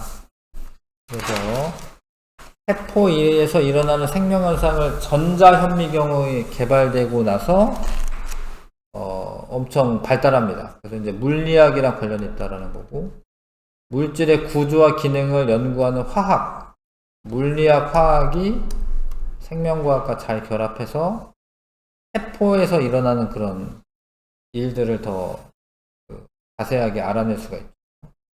그래서 세포 소기관의 구조와 기능 등을 연구하여 밝혀졌다. 세포 소기관이라고 하는 거는 뭐냐면, 세포 소기관은 핵 말고요. 세포에 핵이 있고, 나머지들 있죠. 그쵸? 예, 그런 애들 세포 소기관인데, 요게 사실 현미경으로 봐도 잘 안 보이거든요. 핵은 그냥 점으로 그냥 보이고, 세포 있으면 핵점으로 보이고, 소기관은 안 보여요. 근데 이제 전자현미경이 발명되고 세포 구조를 연구하면서 이렇게 보이는 거지. 요게 미토콘드리아입니다. 얘가 미토콘드리아, 마이토콘드리아. 요거는 이제 소포체 정도일 것 같긴 해요. 내 생각에. 소포체이고, 이거는 마이토콘드리아고, 이런 세포 소기관 연구도 가능해졌다. 그 다음에 플레밍이 푸른 곰팡이에서 발견한 항생 물질인 페니실린이, 여기 발견하는 것까지는 그래도 플레밍이 한 건데, 근데 이거를 생산을 해가지고, 뭐, 약으로 만들어서 막 이렇게 공급을 해줘야 되잖아? 그런 거는 또 화학 분야에서 하는 일입니다. 그 페니실린을 이제, 어떤 구조로 돼 있었고, 이거를 이제 약으로 개발하고, 이런 거는 또 화학 분야이기도 합니다. 공학, 화학 등 여러 학문의 연계로 페니실린의 대량 생산이 가능해졌다. 그 다음에, 그런 게 되게 많다라는 거죠. 그러니까 생물 정보학은, DNA가 이제 인간의 게놈이라고 하는데, 게놈이 지놈이긴 하죠. 유전체죠, 유전체. 유전체의 염기 서열을 밝혀요. 30억 쌍인가 그래, 30억 쌍인가. 그거를 밝혀가지고 정보를 이제 저장해놔. 그러면 나중에 어떤 사람이 연구하다가 어떤 염기 서열이 발견됐어. 그러면 거기랑 매칭해가지고, 아, 요거는 뭐 1번 염색체의 어느 부분에 있는 건데, 그러면 걔가 어떤 형질을 발현하는데 쓰인다. 이런 걸 알 수 있는 거지. 그래서 컴퓨터를 이용해서 염기 서열과 단백질의 아미노산 서열을 분석하여 유전자의 발현과 단백질의 구조 등을 연구하는 게 생물 정보학이다. 특히 이제 DNA 연구할 때 생물 정보학이 많이 쓰여지는 거고요. 생물 지리학, 생명과학과 지리학이 연계된 학문으로 생물의 분포와 그곳에 영향을 미치는 자연 환경의 관계를 연구한다. 생물 경제학, 사람의 경제 활동이 환경에 미치는 영향을 최소화하고 지속 가능한 발전을 추구하며 생물학적 원리를 활용하여 경제 현상을 분석하고 예측하더라. 이런 게 있나 보네. 이런 거 잘 못 봤는데. 하여튼 생물 경제학이 있다. 생물 통계학, 통계랑 연관이 된 거고, 신약의 임상 시험 효과 검증, 의약품 개발 및 치료법 개선에 기여한다. 생물 통계학. 심리학, 뇌를 중심으로 하는 신경계와 언어, 인지를 중심으로 하는 심리 기능의 관계를 규명한 학문이다. 뇌 손상과 행동과 정신에 어떠한 영향을 미치는지도 연구한다. 이런 거는 심리학이라고 한다. 생물 물리학, 이런 거는 약간 저거랑 운동이랑 관련있지 않나? 하여튼 여기 써져 있는 거는 물리학의 원리와 방법을 활용해 생명현상을 연구하는 학문이다. 분자 수준의 상호작용, 신경 신호 전달 등 생명체의 물리적 특성을 이렇게 연계가 많이 되어 있다. 되게 많이 연계되어 있다. 법의학, 유전자 같은 거 분석해가지고 이 사람이 남긴 유전자 확인해가지고 범인을 밝히고 이럴 수 있다. 고생물학, 화석을 통해서 고대 생물을 또 연구할 수 있는 이런 거 고생물학이라고 합니다. 되게 많이 연관되어 있다 이렇게 알아두시고, 그 다음에 생체 모방 기술, 로봇뱀이 있네요. 뱀의 움직임을 모방한 거고, 그 다음에 혹동고래의 지느러미 구조를 모방한 풍력발전기 회전날개. 요 지느러미랑 비슷하게 생기긴 했네, 얘가. 근데 혹동고래 지느러미에 이렇게 내가 다큐멘터리 같은 거 보는데 이렇게 돌기 같은 게 있거든요. 고래나 이런. 근데 이런 프로펠러에 이런 돌기 구조로 만들어서 프로펠러가 더 빠르게 회전하고 뭐 이런 거 하는 거 본 적이 있는데 서울대학교 무슨 다큐멘터리 3일인가 뭐 이런 거 있었는데. 아무튼 이거는 이제 동물이나 생물에 있는 특징들을 모방해서 만드는 겁니다. 생체 모방 기술이라고 하고, 뭐 쉽게는 뭐 그런 거죠. 뭐 찍찍이 같은 거 이런 거 모방한 거고요. 그 다음에 연꽃잎을 자세하게 보면 연꽃에 되게 많은 돌기가 있거든요. 돌기가 되게 많아서 물방울이 잘 안 붙어요. 그런 것도 생체 모방 기술이다 라고 볼 수 있죠.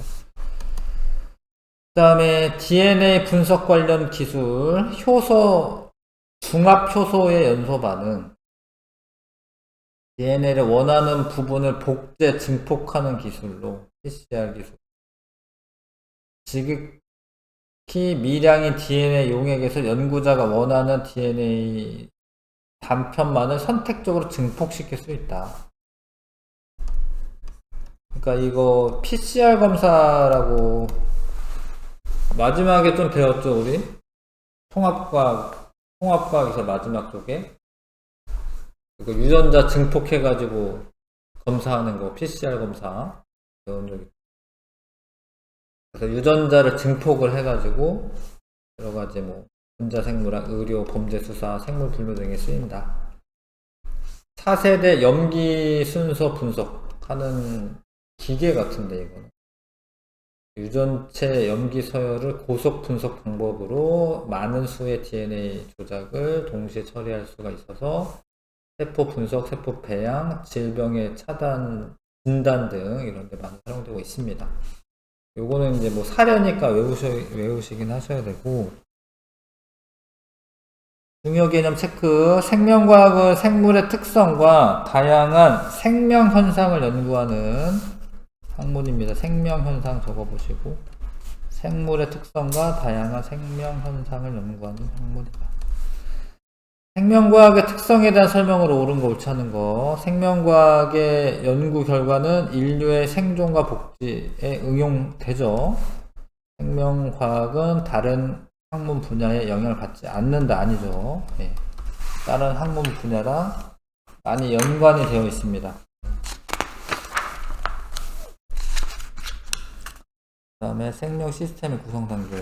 요거 전에 20쪽 먼저 할게요. 20쪽 생물과 비생물의 특성 비교하기. 20쪽 펴주시고요. 바이러스와 휴머노이드가 있는데, 바이러스는 핵산과 단백질로 이루어져 있고 스스로 물질대사 할 수 없고 살아있는 숙주세포 안에서만 증식할 수 있다. 휴머노이드는 금속, 플라스틱 등으로 이루어져 있다. 세포로 되어 있진 않네요. 전지를 충전하면 에너지를 사용하면서 움직인다. 사람의 특징, 성장하는데 바이러스는 성장하지 않고 휴머노이드 성장하지 않고 환경에 적응한다. 이런 거는 바이러스 특징이고 유전물질이 있다. 이거는 휴머노이드는 그런 게 없고요. 세포로 이루어져 있지 않은 건 둘 다 마찬가지고 에너지를 사용하여 움직인다. 휴머노이드 에너지 사용하는 거고, 바이러스는 어떻게 뭐 아예 못 움직이나? 이거는 아예 못 움직이나 보네. 그냥 둥둥 떠다니는 거 정도인가 보네. 근데 어찌됐건 둥둥 떠다니다가도 그 세포를 만나면은 뭐 어떻게든 달라붙어 가지고 자기 유전자를 집어 넣어야 되는데 그 정도는 하겠지.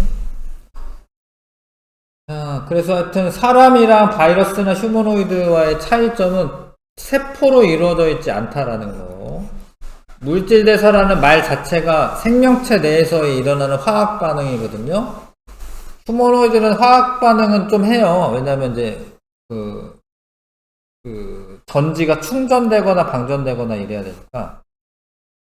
근데 어찌됐건 물질 대사하는 건 아니지. 물질 대사를 통해 생명활동에 필요한 에너지를 얻는다. 또한 세포 분열을 통해 성장한다.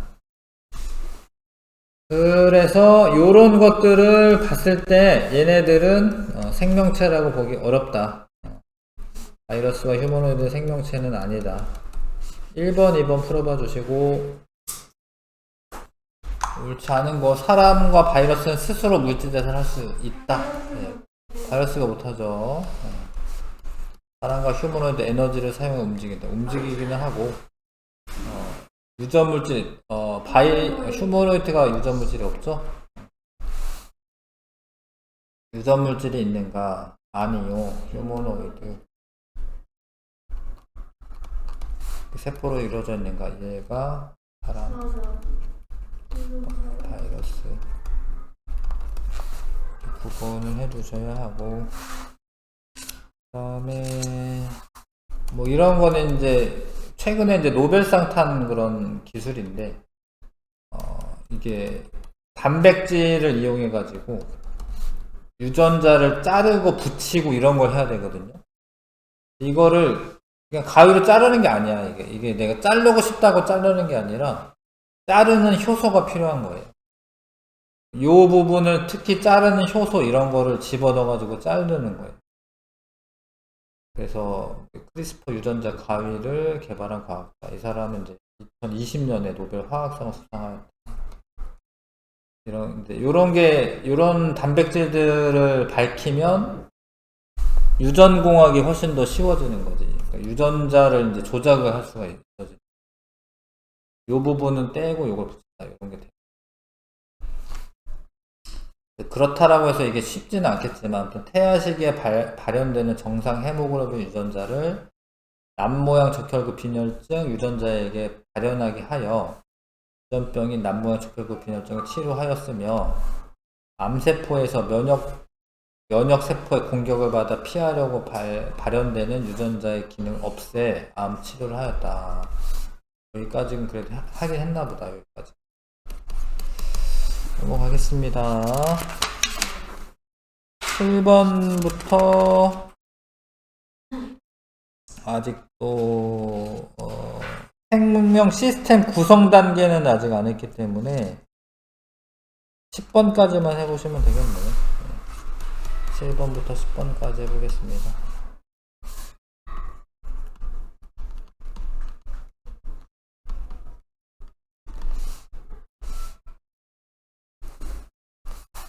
바이러스에 대한 설명. 세균보다 크기가 작고요. 옳은 거. 핵산과 단백질로 이루어졌다. 네, 핵산 있고 단백질은 껍질을 이루고 있는 거예요. 지구에 나타난 최초 생명체다. 이게 아닌데, 왜 아니냐면 이제 얘는 숙주 세포가 있어야지 증식을 하잖아요. 그러니까 얘가 더 뭔가 하등한 거는 맞는데, 세포가 있고 나서 얘네가 살아갈 수가 있는 거기 때문에 최초의 생명체라고 볼 수는 없지. 또 생명체라고 보기도 어렵고, 스스로 물질대사 하는 것도 아니죠. 그쵸? 기억니은 생명과학에 대한 설명을 옳은 거. 다른 학문 분야의 영향을 받아 발달하기도 한다. 맞죠? 생명체의 특성과 생명 현상을 탐구하는 학문이다. 맞고. 연구 성과를 인류의 생존과 복제에 응용하는 종합적인 학문이 맞고. 유전체학, 분자생물학, 생명공학은 모두 생명과 학의 분야에 속하지 않는다. 틀렸죠? 속하는 겁니다. 기억니은 찍으시고요. 그 다음에 생명현상을 DNA, RNA, 단백질 같은 분자 수준에서 연구한다. 분자생물학. 생물의 기능과 특성을 응용하여 인류에게 유용한 물질을 생산하는 방법이나 기술을 연구한다. 생명공학. 공학 이런 거는 뭐 만들고 이런 거를 더 효과적으로 해가지고 더 많이 만들고 이런 게 생명공학이에요. 생물이 가진 유전 정보 전체인 유전체의 구조와 기능을 연구한다. 이건 유전체학.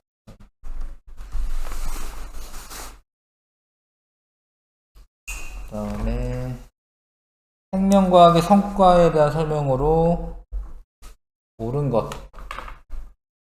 동그라미 옳지 않은 거는 X. 생명과학의 성과는 다른 학문 분야의 성장에 영향을 받지 않았다. 아니고, 세포에서 일어나는 생명현상은 물리화학 등 여러 학문 분야의 성과를 바탕으로 생명과학에서 세포 소기관의 구조와 기능 등을 연구하여 발견했다. 맞죠? 생명과학은 생명할 현상을 이해하고 그 연구 결과를 연구 성과를 응용하여 요런데 해결하는 데 기여하고 있다. 맞죠? X55. 다음에 생명 시스템의 구성 단계인데 이것도 잠깐 찾다가 하겠습니다.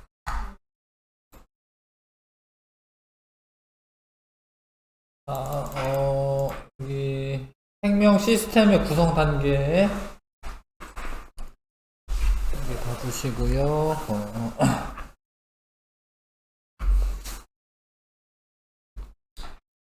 이제 뭐 이런 시스템이라는 말이 붙으면 개 이런 말이랑 붙는 거랑 비슷한 건데 각각이 존재하는데 서로 이렇게 유기적이다라는 표현을 해요. 유기적이다. 서로 깊게 연관이 되어서 세포, 개체, 생태계 모두 다 각각의 기능을 수행하면서 서로 연결이 되어 있으면은 그거를 하나의 시스템이라고 부릅니다. 생명 시스템. 시스템이라는 말은 구성 요소들이 서로 상호작용하거나 상호 의존하여 복잡하게 얽힌 통일된 하나의 집합체를 시스템이라고 한다. 생명 시스템은 이제 지구 시스템 내에서 자기 혼자 독립적으로도 살긴 하는데 서로 연관이 많이 되어 있다. 이렇게 생각하셔야 되고, 세포부터 해서 세포가 모이면 조직이 되고, 조직이 모이면 기관이 되고, 기관이 모이면 개체가 되는데, 근데 또 개체들이 또 모여가지고 개체군이라고 하는 거를 이룹니다. 개체군. 그리고 군집은 개체군들이 모여있는 게 군집이고, 그 다음에 생태계에 이르기까지 체계적으로, 구조적이고 체계적으로 이렇게 단계가 있습니다. 그래서 각 단계 구성 요소들이 서로 상호작용하고 있다. 그래서 뭐 윗단계랑도 연관이 있고요. 하나의 생명 시스템으로서 기능을 하고 있다. 그 다음에 뭐 지구 시스템은 이제 직권, 수권, 기권, 생물권, 외권 이거 합쳐서 이제 지구 시스템의 구성 요소가 되는 거고요.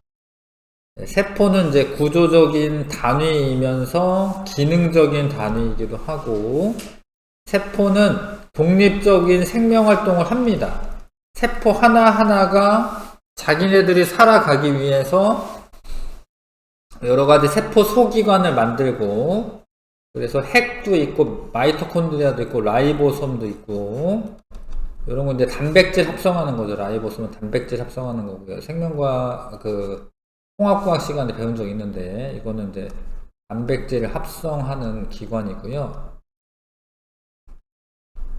소포체는 이제 이동하는 통로 역할을 하고, 엽록체는 이제 광합성하는 세포 소기관이죠. 그래서 이 세포 소기관들이 서로 유기적으로 작용하면서 생명활동을 수행한다. 세포 하나 내에서. 조직은 세포가 모여가지고 조직이라고 하는 걸 이룬다. 조직은 세포 하나로 할 수 없는 생명활동을 수행한다. 생물은 조직이 모여 조직계를 이룬다.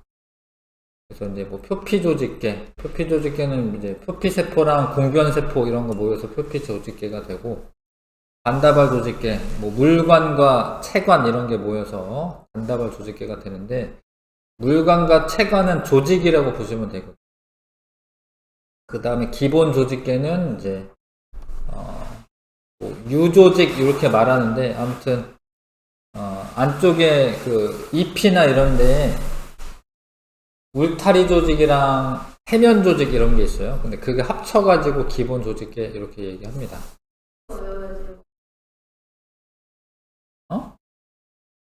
그게 뭐예요?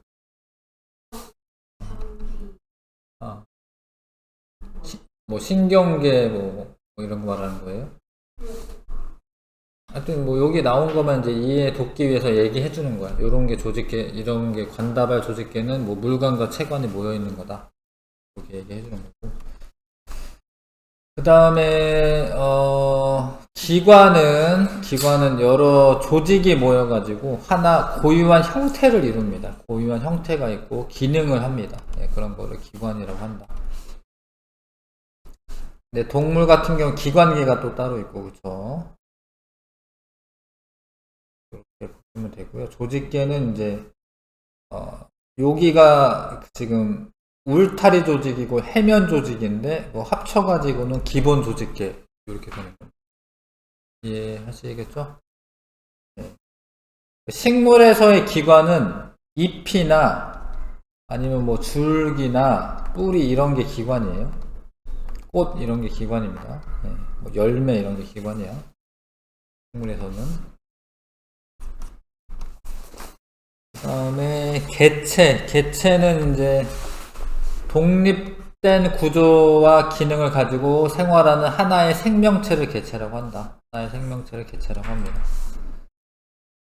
개체는 물질대사 항상성, 뭐 발생과 성장, 생식과 유전, 적응과 진화 이런 생물적 특성이 나타난다. 개체군은 하나의 개체는 단독으로 살아가지 않고 무리를 이루어서 살아가는데 같은 종끼리의 무리를 개체군이라고 해요. 같은 종이야, 개체군은. 개체군 내에서도 이제 여러 가지 방식으로 상호작용을 하고 있죠. 그 다음에 그런 개체군들이 모여서 다른 종들이 이렇게 하나의 군집을 이루는 겁니다. 같은 지역에서 여러 종의 개체군이 상호작용하면서 군집을 이룬다. 그 다음에 군집을 이루는 개체군 사이에 다양한 상호작용이 일어나고, 그 다음에 이제 군집이 있는데 그걸 둘러싸고 있는 환경 요소들이 있어요. 그런 것들하고는 다 합쳐가지고 생태계를 이룬다 이렇게 얘기하죠. 햇빛, 물, 공기와 같은 환경 요인과 서로 영향을 주고받으며 생태계를 구성한다. 생태계는 생물 요소와 비생물 요소 사이의 복잡한 상호작용으로 물질의 순환과 에너지 흐름이 일어나는 하나의 시스템으로서 기능을 한다. 지구에는 뭐 사막 생태계, 초원 생태계, 산림 생태계, 습지, 호수, 강, 바다 다양한 생태계가 존재하며 각 생태계의 특성에 따라서 그곳에 적응해 살아가는 생물종이 달라집니다. 생태계가 다양할수록 생물 다양성은 증가한다.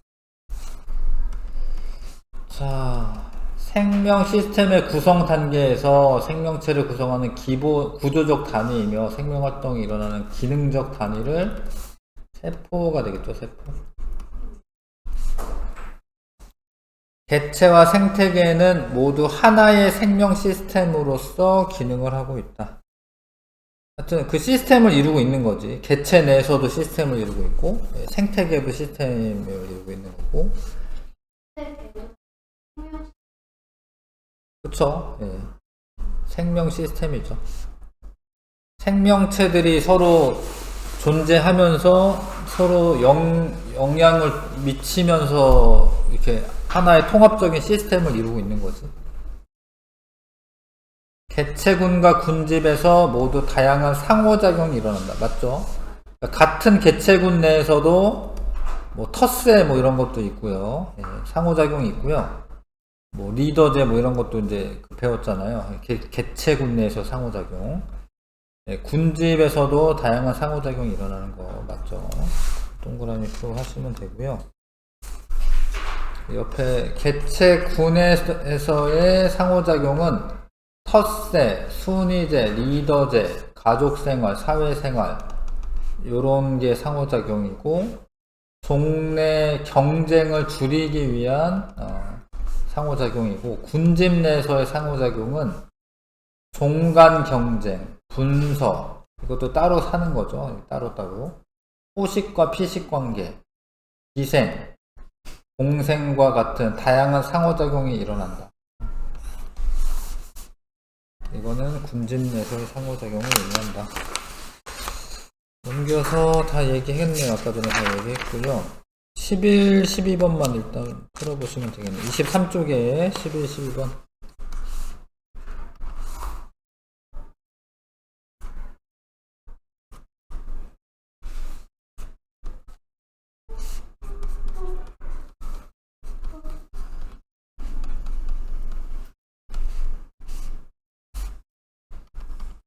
구성 단계 쓰라고 되는데 이건 세포죠, 세포고, 얘네들은 이제 개체군이죠, 그죠? 혼자만 있는 것도 아니고 개체만 있는 것도 아니고, 이 개체군 모여 있으면 군집이라고 얘기합니다. 다음에 여러 조직이 모여 고유한 형태와 기능을 가지는 기관이 됩니다. 기관. 여러 기관이 모여서 독립적으로 생명활동을 할 수 있는 개체가 됩니다. 개체는 무리지어 살아가고 무리를 이루어 살아가는 생물들은 다른 무리들과 그다음에 빛, 뭐 이런 것과 서로 영향을 주고 받으며 생태계, 이거는 생태계가 되죠. 생태계를 이룬다.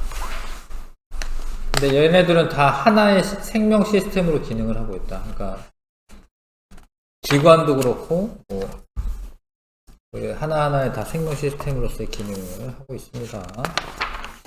개념 적용 문제를 한번 해보시겠습니다. 1번부터 일단은 1등급 도전 전까지만 해보자. 14번까지 한번 해봅시다. 갔다 오세요.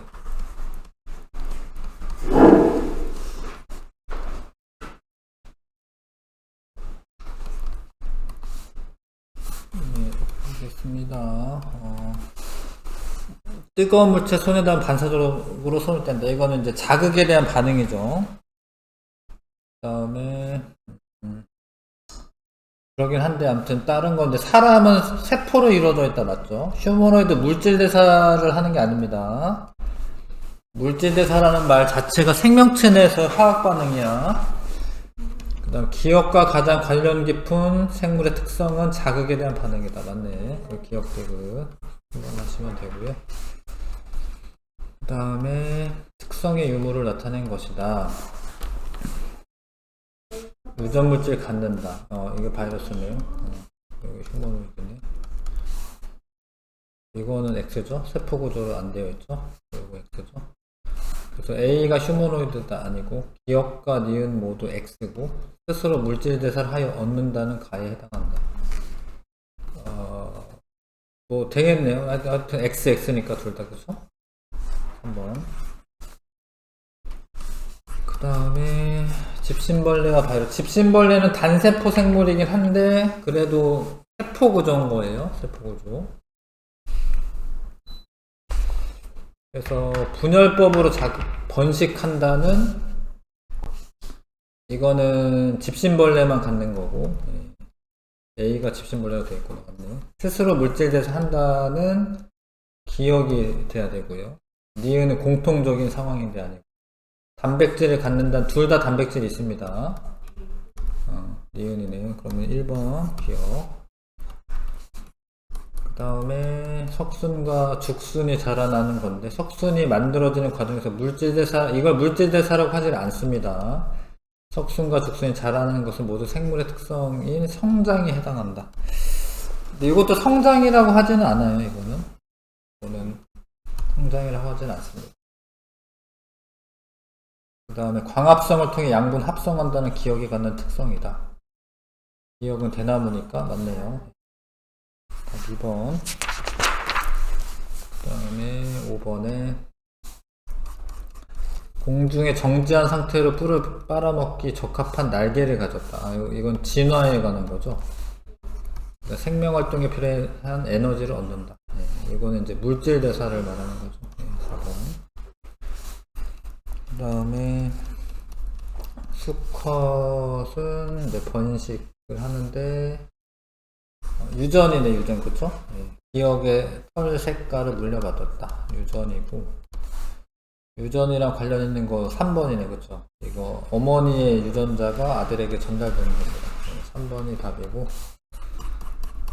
그 다음에 물질대사 적응과 진화. 이거는 적응과 진화죠. 그쵸? 적응과 진화고 이거는 분해한다. 포도당 분해한다. 물질대사인데 뭐 이화작용이긴 하네. 그래서 항상성은 뭐 기억. 다가 적응과 진화다.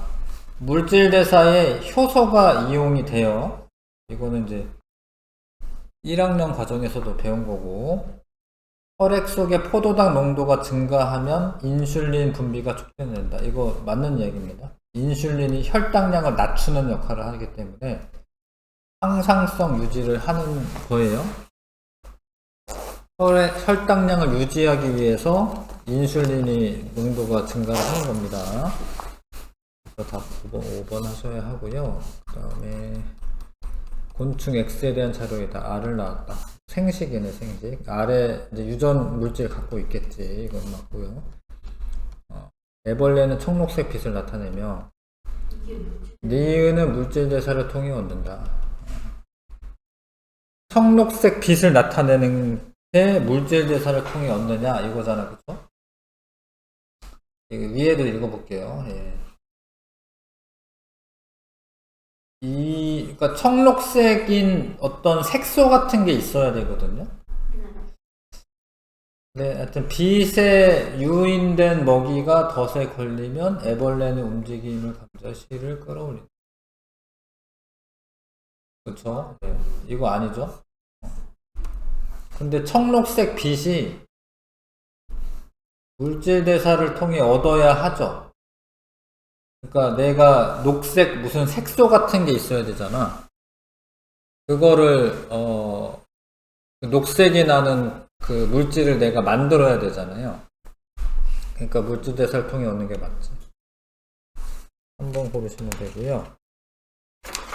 그 다음에 9번에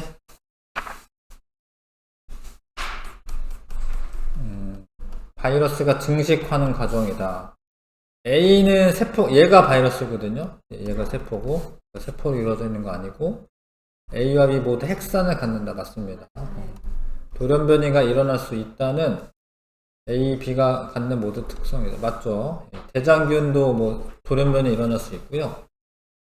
박테리오 파지도 돌연변이 일어날 수 있습니다. 4번. 그 다음에 X의 특성에 대한 자료이다. X는 바이러스를 의미합니다. 바이러스. 일단 A 밖에서 X의 수 변화 없어. A는 이제 뭐 세균인데 세균. 그 다음에 단백질은 기억에 해당한다. 근데 단백질 모두 갖고 있고요. 네. 뭐 유전물질 써도 되는데 단백질 모두 갖고 있고. 그 다음에 X에서 돌연변이가 일어날 수 있다. 있죠. 네. 그 다음에 A 안에 X는 자신의 유전물질을 복제하고 단백질 합성할 수 있다. 맞죠? A 안에서는 그럴 수 있습니다. 그러니까 숙주세포 안에서는 그렇게 될 수 있습니다. 5번. 생명과학 분야 중에 분자 수준에서 연구한다. 분자 생물학.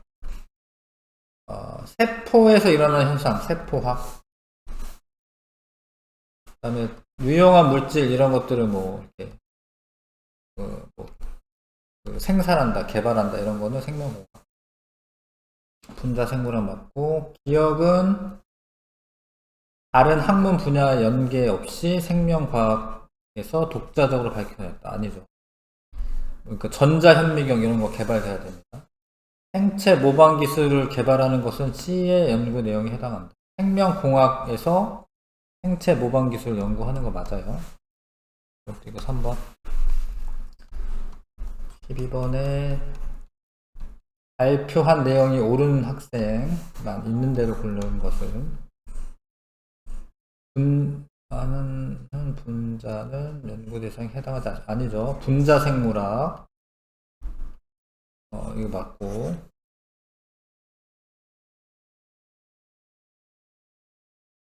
맞죠. 이것도 생명공학적인 측면이 있는 겁니다. 이거는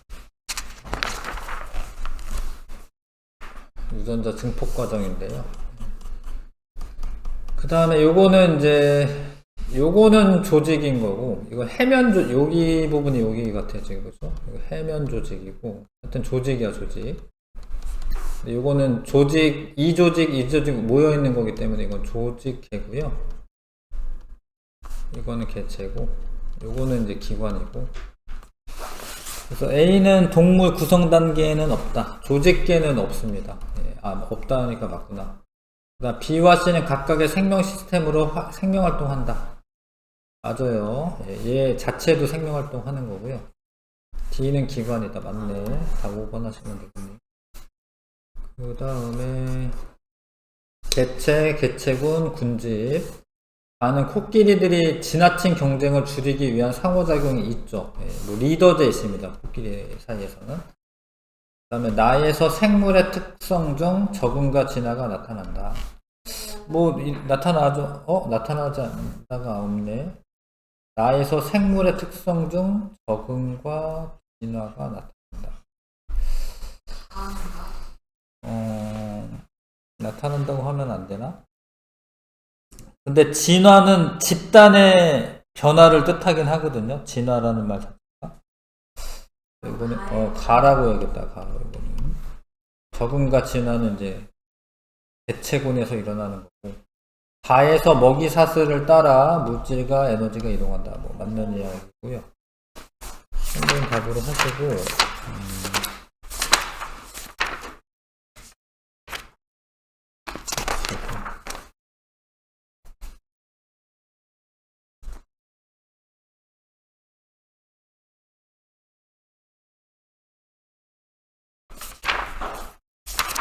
옆에 있는 문제, 도전 문제 15번, 16번 한번 풀어봐 주시고,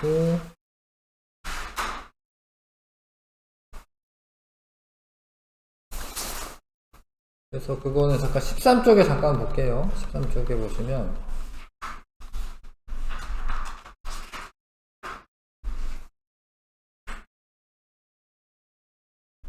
적응과 진화에서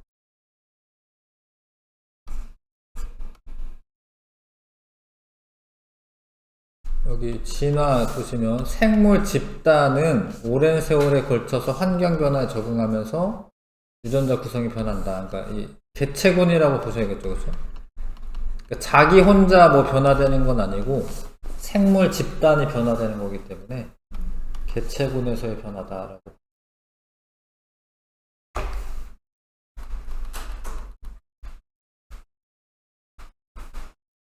15번, 16번 한번 풀어보겠습니다.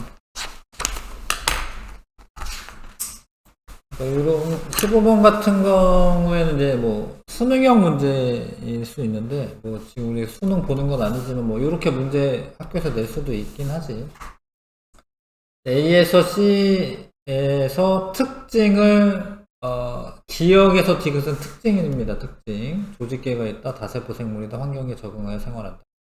이게 기억, 니은, 디귿 중 하나야. 그 다음에 나는 특징을 순서 없이 나타낸 것이고, A에서 C는 도마뱀, 민들레, 효모 순서인데, 도마뱀에 조직계가 있나?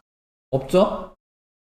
얘는 조직계가 없고, 첫 번째 이제 일단은 조직계에 대한 게 없죠. 얘는 민들레 조직계 있죠? 효모는 단세포 생물이에요. 효모는 하나의 세포로 이루어져 있습니다. 이런 거 조직계 없겠지? 그 다음에 다세포 생물이냐? 이게 다세포 생물이냐? 요거 다세포죠? 얘네 둘은? 아니죠? 환경에 적응하여 생활한다. 이거는 다 맞죠? 환경 적응은 다 맞아야 돼. 이렇게 해놓고 A와 B는 있음과 없음 중 하나라고 되어 있죠? 그러면은 이제 A, B, C에서의 특징이라고 되어 있기 때문에 얘네가 민들레 같은 경우에는 동그라미가 3개 나와야 돼요. 근데 요거는 이제 가능성이 약간 있네, 그쵸? 그러니까 이제 민들레가 A 아니면 C겠죠? 그러면 얘는 동그라미 2개에, 근데 여기 뭐 X가 3개인 건 없잖아요. 그러니까 여기에서 만약에 얘를 동그라미 X라고 치면 얘는 동그라미가 되겠죠? 얘는 X가 되겠지? 그러면은 이런 애는 있는데 이런 애는 동그라미 X가 얘가 만약에 도마뱀이 되죠, 도마뱀. 근데 요거는 민들레가 돼야 되고 이거는 효모가 되면 되는데, 근데 이게 틀릴 수도 있어요, 지금. 근데 니은의 어떤 특징이 X 하나에 동그라미 2개 있는 게 있잖아요. X 하나에 동그라미 2개 있는 거 있잖아. 그러면 이게 다세포 생물이다고. 그 다음에 동그라미 2개 있고, 그러면 이거는 이제 환경에 적응한다가 되고,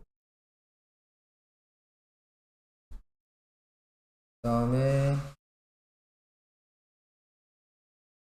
요게 뭐죠? 나머지가 조직계죠. 그러면 다 매칭이 됐죠. 그럼 이게 맞는 거고, 만약에 이거를 내가 X로 했다, 예를 들어서.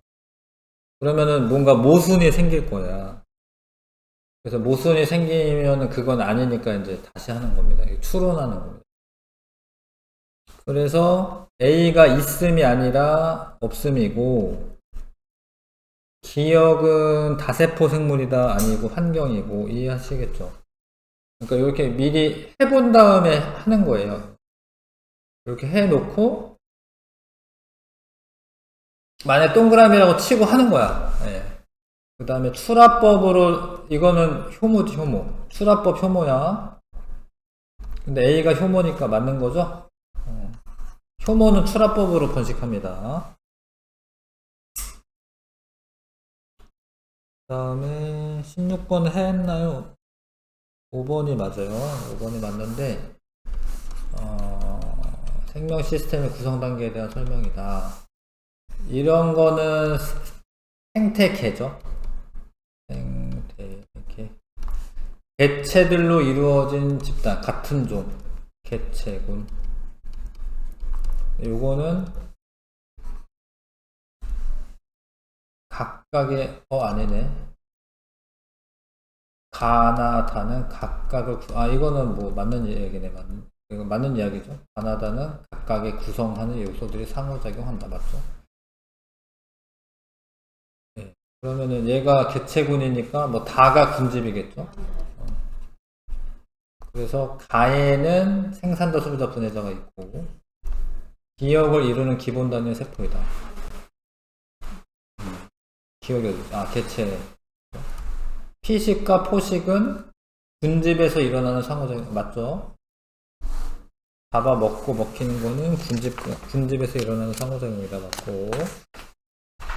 프린트로 좀 문제 좀 더 풀게요.